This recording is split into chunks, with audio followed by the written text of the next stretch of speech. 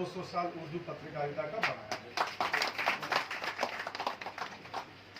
उदंड मार्तंड बोलकर सबसे पहले हिंदी का अखबार, उसका भी जन्म कलकत्ता में हुआ था तकरीबन उसी समय। तो आज अगर हिंदी पत्रकारिता का भी कोई इसी तरह से कोई फंक्शन करेगा कभी भी, या हिंदी अकेडमी या कभी करेगी, तो उसका भी हमारे 200 साल में 2-4 साल कम या बेसी वो भी यहीं पर।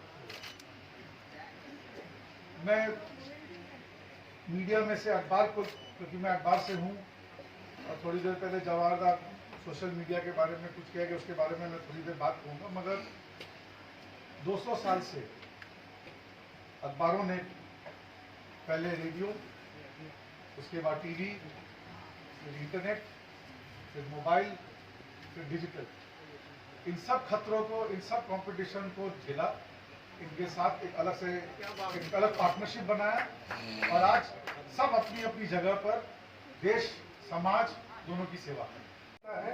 मगर जैसे ही उर्दू का अखबार 4 रुपए से 5 रुपए हो जाएगा, वो 1 रुपए में, क्या वो उर्दू का अखबार का कोई सूरत बदल जा रहा है या सीरत बदल जा रहा है? खाली उसका दाम बदला है। अगर महंगाई है सबके लिए, तो उर्दू के अखबार वाले के लिए भी महंगाई है। मगर जब 1 रुपया बढ़ता, तो हमें वो उर्दू का अखबार अचानक उतना प्यारा नहीं लगता। ये सोच जब तक हम नहीं बदलेंगे, और उर्दू का अखबार हो, चाहे उर्दू का टीवी चैनल हो, चाहे उर्दू का रेडियो हो, चाहे उर्दू का इंटरनेट हो, किसी न किसी खर्च के मद के बाद तैयार होता है। और अगर आप लोग जो ग्राहक हैं, अगर आप लोग को खर्च देने के लिए तैयार नहीं है, तो क्राइसिस जरूर आ जाएगा। क्राइसिस आज नहीं है, मगर अगर फ्री की आदत रही कि सब कुछ फ्री में मिलेगा, तो जो थोड़ी देर पहले जवाहरलाल कह रहे थे, जयंतदा कह रहे थे, और बाकी लोग कह रहे थे, फ्री में वही मिलेगा जो वो तय करेगा कि आप क्या पढ़ना चाहते हैं। इस मगरिबी हिंदुस्तान में आज हम लोग, सबसे ज्यादा खतरा इस बात का है कि हमें ये बताया जा रहा है कि कैसा कपड़ा पहनना है, कैसा खाना खाना है, कहाँ किसकी पूजा करनी है, और किससे किस तहजीब में बात करनी है। जैसे कि इस 10,000 साल के देश में हम लोगों को कुछ मालूम ही नहीं है, और अचानक पिछले 5-7 साल में सारा ज्ञान जो है वो नया बन के आ गया। क्राइसिस ये है कि हमारा देश आज भारत वर्सेस इंडिया हो रखा है।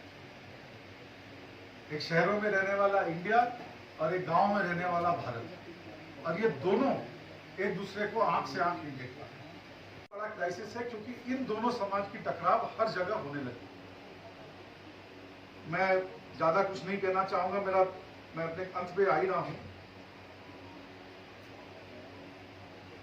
मुझे उर्दू में बहुत सारे शब्द तो नहीं आते, बट एक शब्द मैंने सीखा था जो आज यहाँ आप लोगों के सामने कहना चाहता हूँ, खासकर मेरी युवा पीढ़ी के लिए आगे जाते वक्त, कि किसी से झगड़ा भी करना हो, किसी को गाली भी देनी हो, किसी से मार पिटाई भी करनी हो, तो उर्दू का एक बहुत सुंदर शब्द है। उस शब्द का प्रयोग करके अगर कर सको तो चीजें, ये जो भारत है ये बहुत सुधर सकता है। वो शब्द है नफासत। अगर हम इज्जत से भी झगड़ा कर ले सामने वाले को, आप क्या की झगड़ा